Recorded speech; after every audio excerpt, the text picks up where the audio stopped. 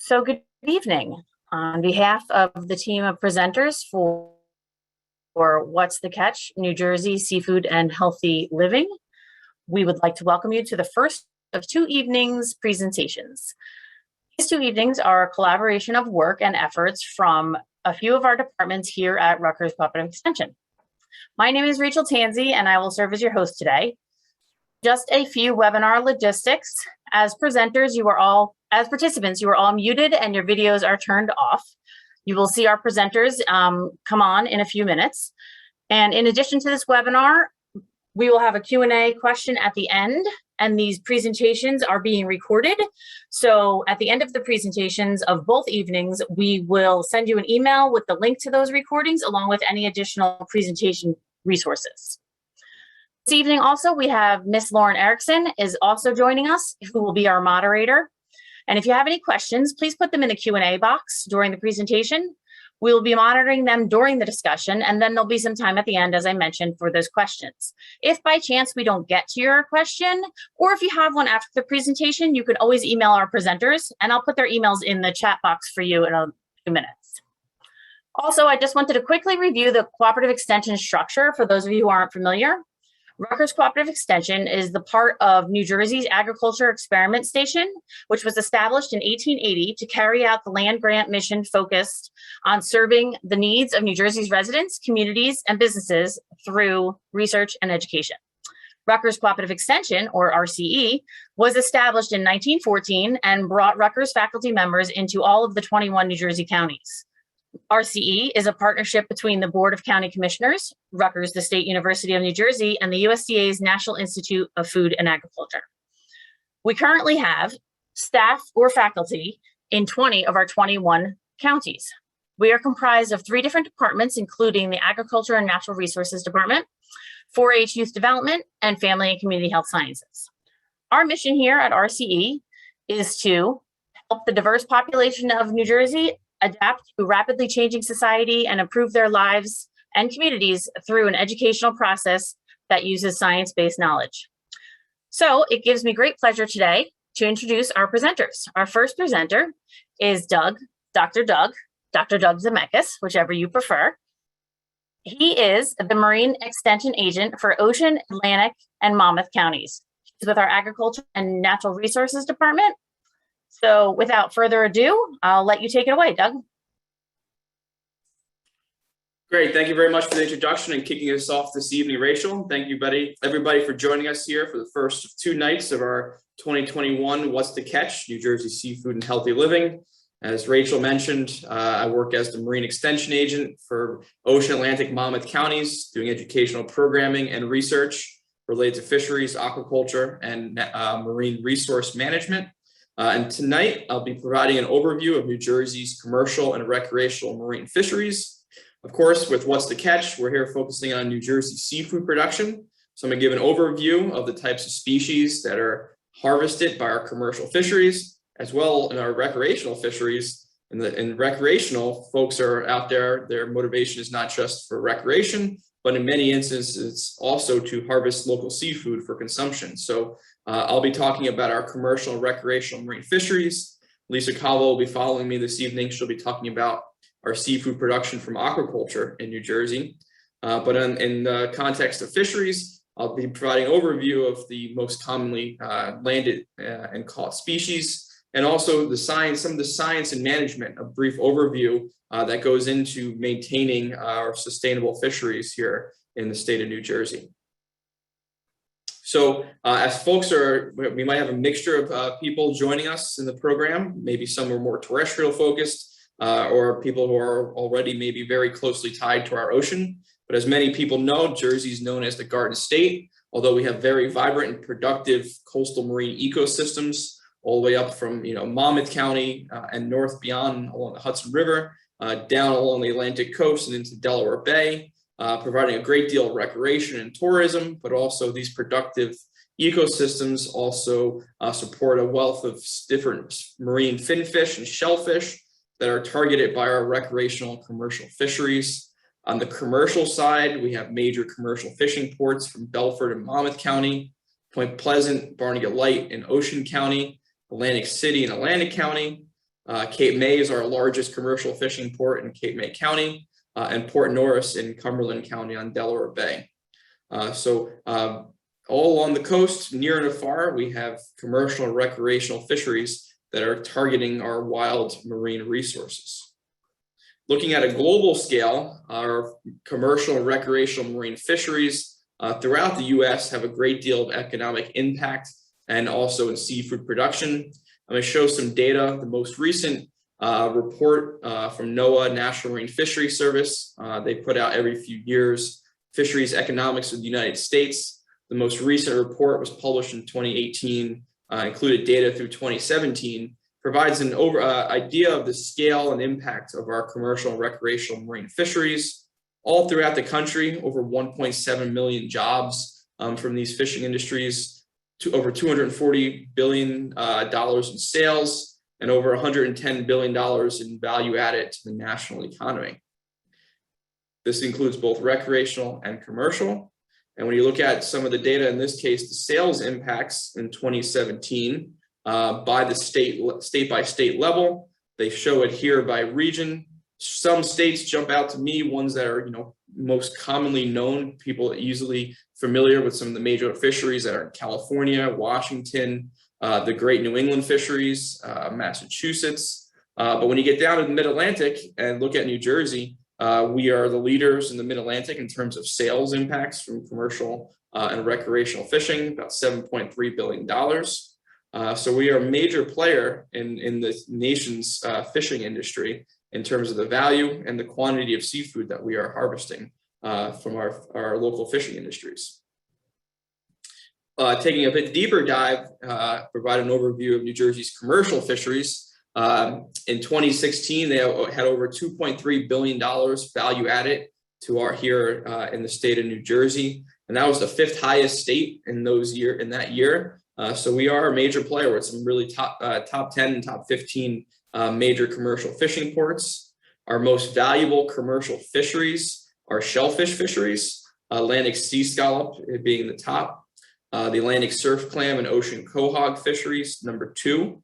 Blue crab fisheries, primarily in Delaware Bay, but also increasingly in the last 2 decades in Barnegat Bay in Ocean County.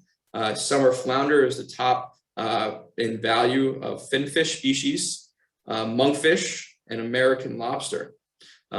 Not shown here and included in that report, and actually in the last 5 years, our squid fisheries on the commercial side have been increasingly popular and increasing catch rates and value to the state of New Jersey.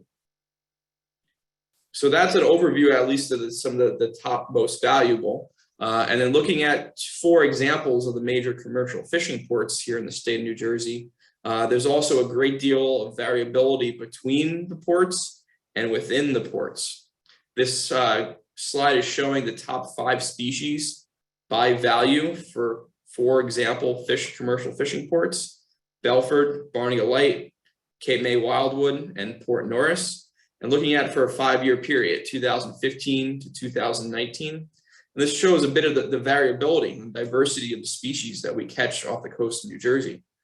We have a very dynamic ocean. We have the Gulf Stream that comes up from the Gulf of Mexico, brings warm water to our coasts. We also have the Labrador Current that comes down from the Canadian Maritimes, bringing cold water.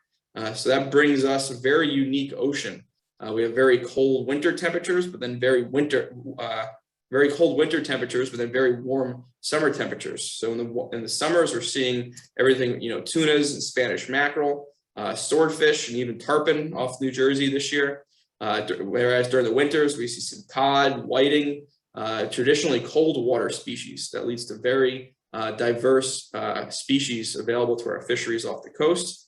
And depending upon the dynamics of each port and the seasonal variability and management factors, the different commercial fishermen from each port will target species that are available to them and for which they have quota and permits.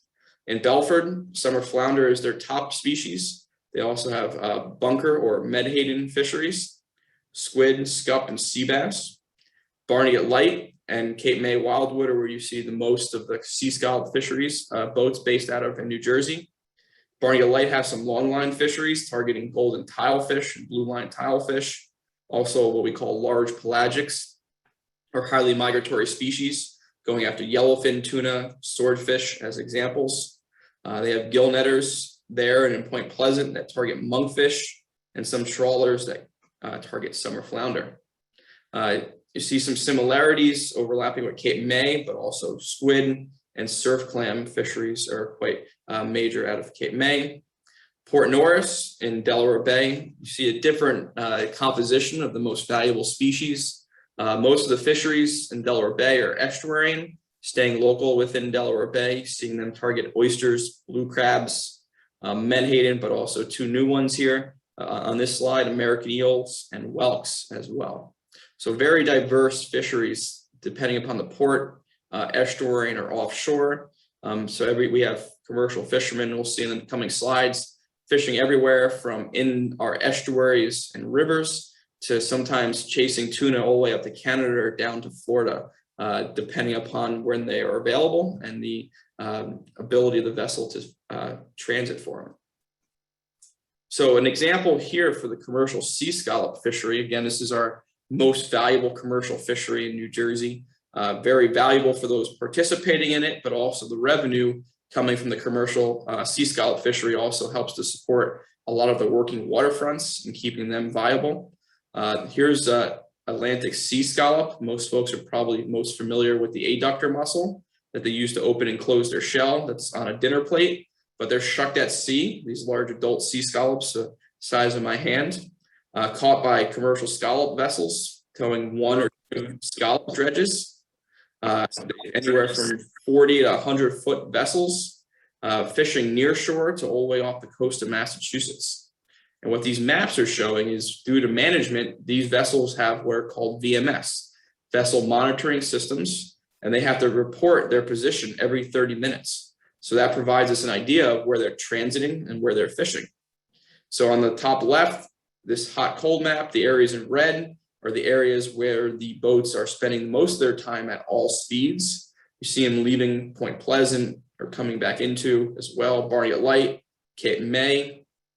Down in the lower right, this is less than 5 knots. So this is the areas where they're actually fishing and towing their dredges, the scallop dredges on the bottom to harvest the sea scallops. Gives you an idea. Most of it these days is about 40 to 80 miles off the beach.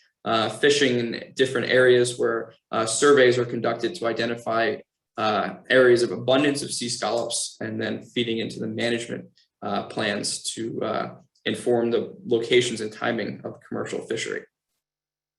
Similar maps are shown here for the commercial surf clam fishery. Again, this is another example from vessel monitoring system data, 2015 and 2016. Targeting surf clams, a bit of a misnomer. Yes, we do find them less these days in the surf and near shore, but also currently the commercial fisheries mostly catching their surf clams some distance off the coast and also targeting out there ocean quahogs and combined in these hydraulic dredges. You see an idea of where that fishing occurs off the coast of New Jersey, and these boats often leave at Atlantic City or Wildwood, Cape May. And that's the second most valuable fishery commercially here in New Jersey. On looking at summer flounder, very important species both recreationally and commercially. Most of the commercial catch in New Jersey and throughout the Northeast is caught by commercial bottom trawlers or demersal otter trawl. The boat pulls a net at about 3 knots, 3 miles an hour approximately. Doors are weighted down to the seafloor, and when the vessel moving, those help to open up the mouth of the trawl net.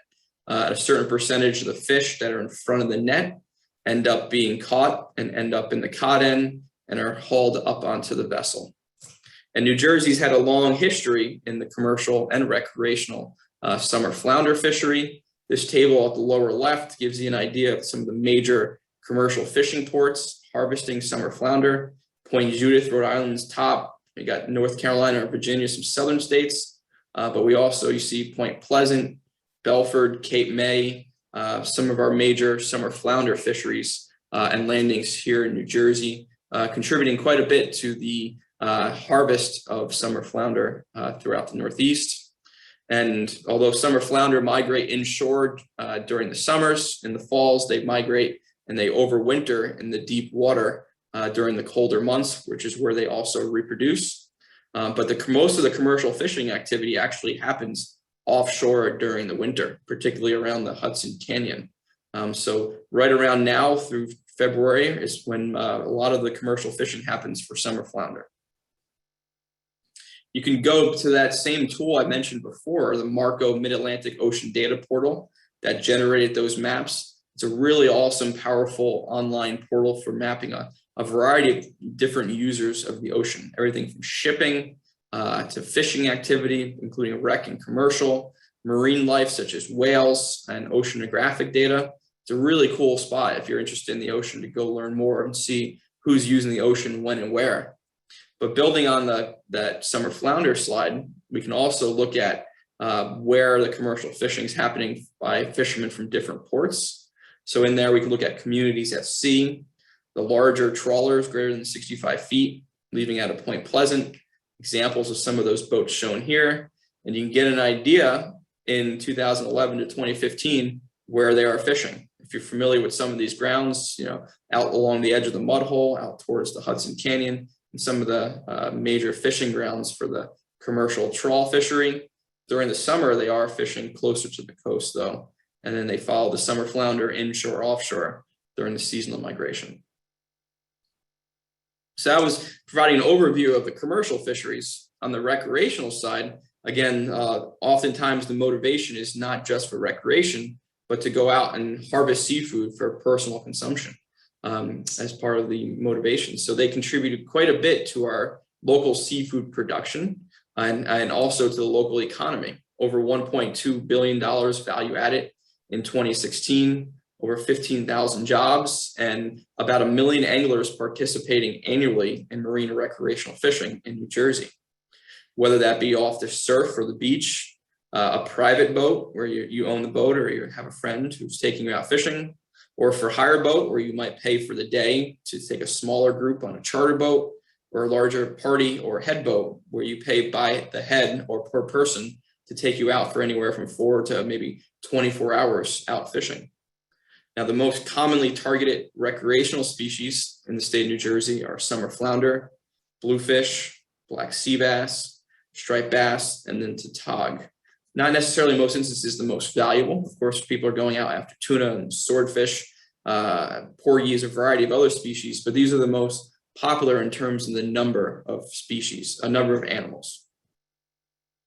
Looking at the angler participation, as I noted, about 1 million anglers participated each year in marine recreational fishing in New Jersey. From here is 2007 to 2016. And interestingly, about half of those come from out of state. So recreational fishing is also very important to our tourism industry and the Jersey Shore's tourism. Many people come to enjoy the week on the beach or weekend, but also to go fishing. When you look at the recreational fishing trips by mode, about 4 to 7 million, individual trips are being taken each year by these anglers. About half of them are shore-based, people fishing off beaches or piers or docks. And then for hire and private boats are quite a contributor to our marine recreational fishing. So as I showed there on the recreational side, summer flounder is the most commonly targeted. On the commercial side, it's the most valuable fin fish. And summer flounder has had a long history throughout the Northeast, and including here in New Jersey. What this is showing, I'll introduce it a bit again later, is the stock assessment that's done by federal scientists with a variety of other state and university research partners, including the fishing industry and survey data, to get an idea of the health of the population of summer flounder. This black line is a measure of the spawning stock biomass. In the late 80s and early 90s, the population was at a low abundance. Fisheries management plan came into effect in 93, 94. And was quite successful in rebuilding the population in terms of biomass. We've seen a decline and continued strict management measures in the last decade or so.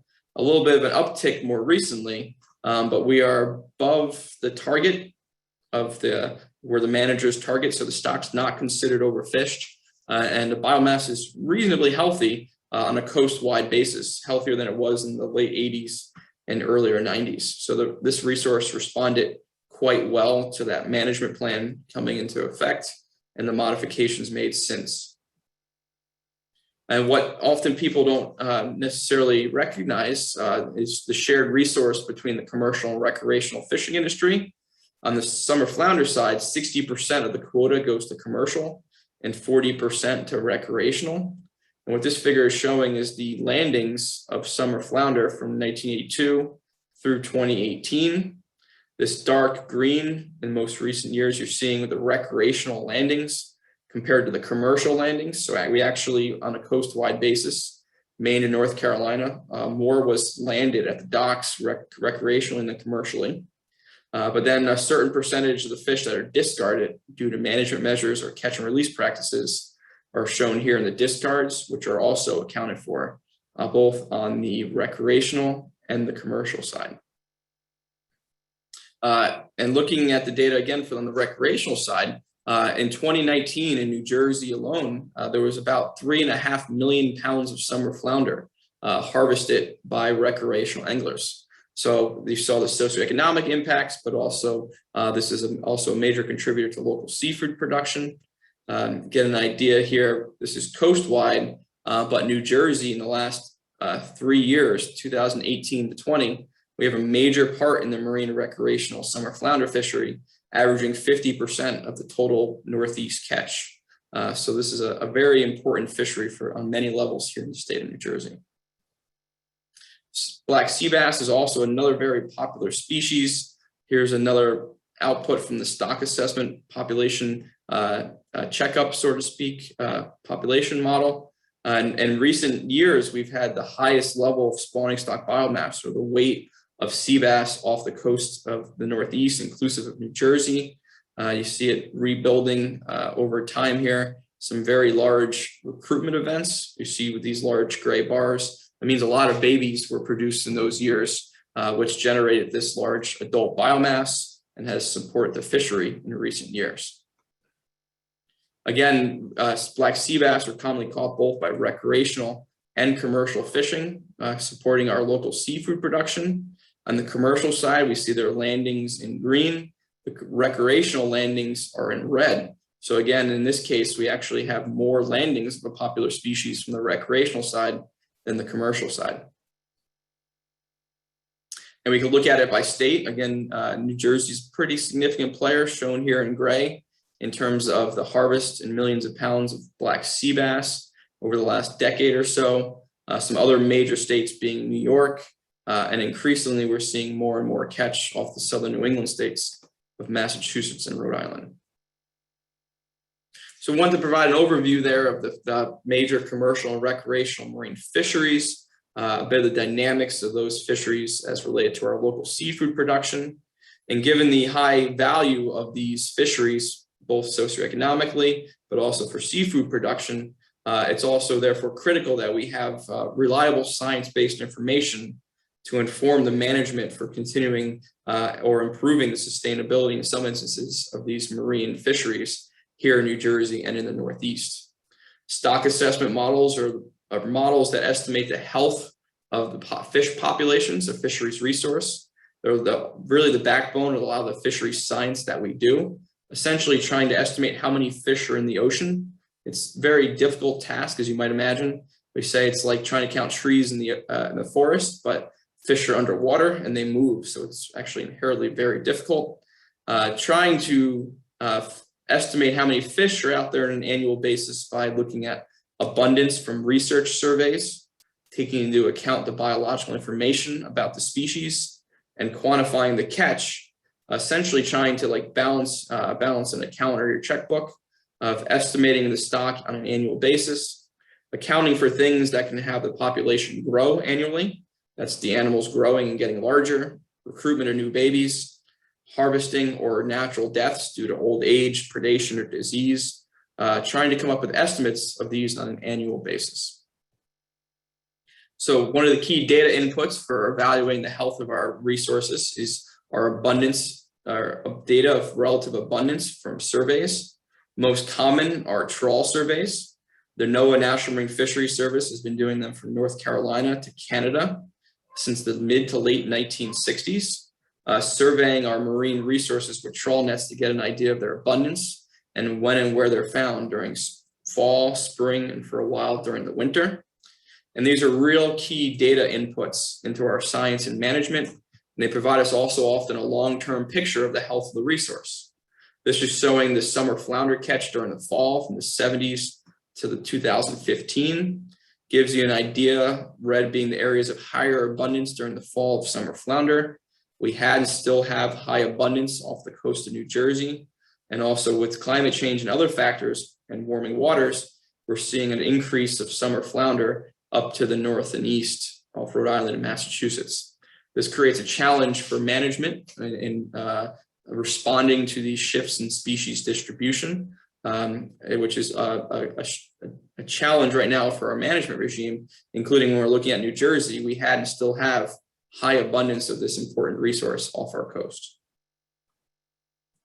The state NJDEP, Division of Fish and Wildlife, they also have a seasonal survey where they survey our nearer shore waters in these strata during January, April, June, August, and October. And again, very important data points to give us an idea of the health of the resource, particularly the finfish species and their abundance and the types of habitats they like along our coast to help inform management decision-making. And then looking at the ABCs, abundance now at biology, we of course want to understand the biology of these species as best as possible, taking samples from those research surveys, but also other trap surveys, also biological fish tagging studies, often done in collaboration with local commercial recreational fishermen. Want to get an idea of things such as how long do fishes live, how large do they grow. Generally, animals that grow faster can withstand greater amounts of fishing pressure. We want to know where they live, what types of habitats. See a winter flounder in eelgrass habitat, getting an idea of what types of oftentimes sensitive habitats these fish like for foraging or reproduction, and to protect them as might be needed due to fishing or other human or natural activities or occurrences. It's important to understand the reproductive potential, when and where animals reproduce, how many eggs. Generally, the fecundity is the measure of the number of eggs an animal produces. Generally, the higher fecundity animals have a higher ability to replace themselves in the population and to often withstand a greater amount of fishing pressure. And it's a very fish eat world out there. So complex ecosystem predator-prey relationships through looking at stomach samples and other studies on the mussels, for example.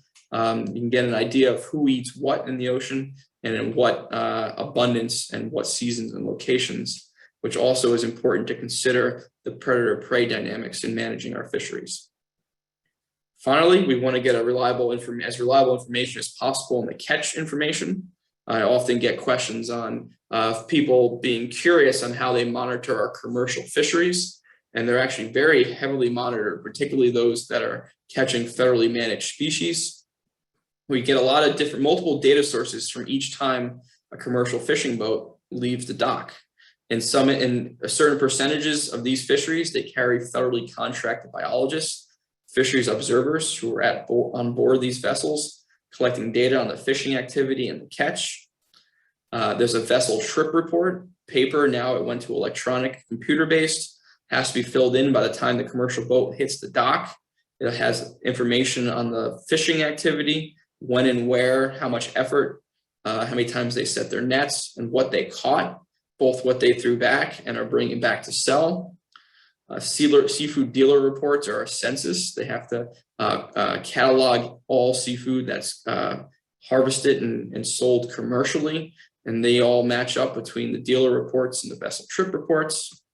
We saw before the vessels have some tracking systems, vessel monitoring systems, VMS, which help also monitor their fishing activity.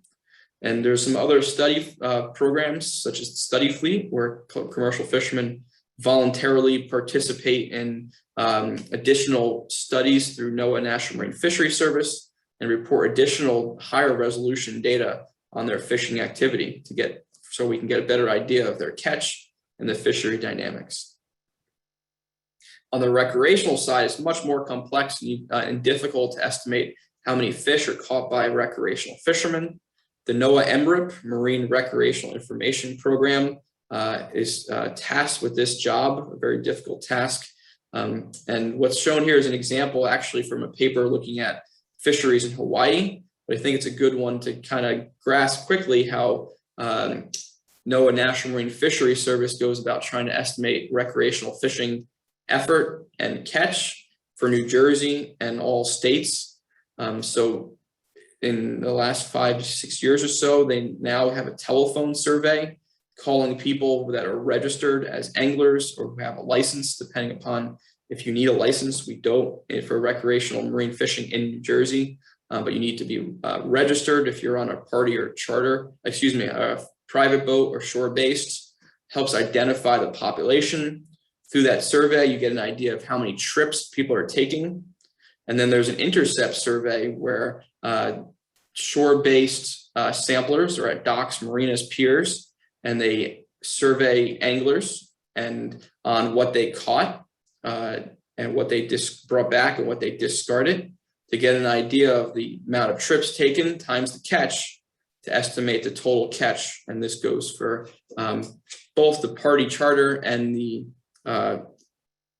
shore-based private boat anglers. But on the party charter side, the captain actually fills in a daily log report, just like the commercial captains do with vessel trip reports.